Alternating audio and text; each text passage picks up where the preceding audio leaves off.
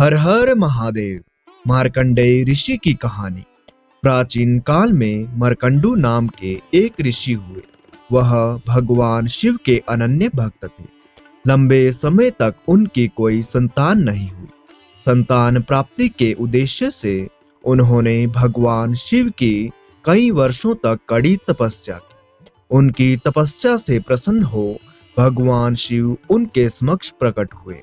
भगवान शिव ने उन्हें 16 वर्ष की आयु तक जीवित रहने वाला एक तेजस्वी पुत्र या लंबी आयु तक जीवित रहने वाला एक मूर्ख पुत्र के बीच चुनने को कहा।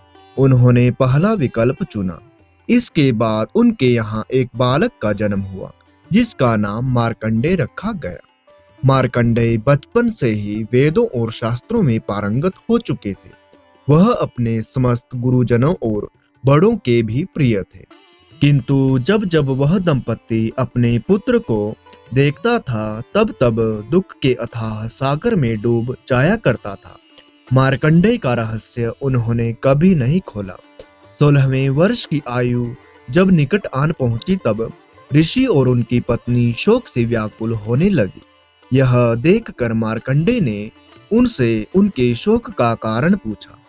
उनके पिता ने उन्हें सारी कहानी बता डाली। यह सुनते ही मार्कंडेय शिव जी की तपस्या करने घर से निकल पड़े।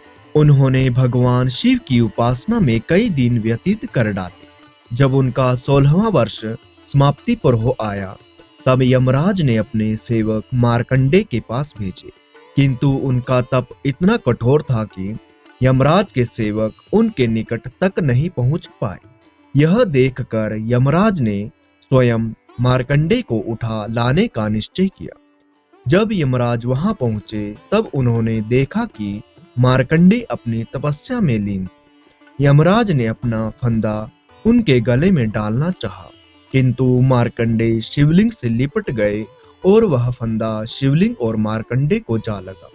अभी यमराज मार्कंडेय को लेकर जाने ही वाले थे कि तभी भगवान शिव अत्यंत क्रोधित हो उस शिवलिंग में से प्रकट हुए। भगवान शिव को क्रोधित देख यमराज स्वयं घबरा गए और उन्होंने मार्कंडेय को ले जाने की चेष्टा छोड़ दी। क्योंकि यहाँ भगवान शिव ने मृत्यु को परास्त किया था, इसलिए उनका नाम मृत्युंजय पड़ा।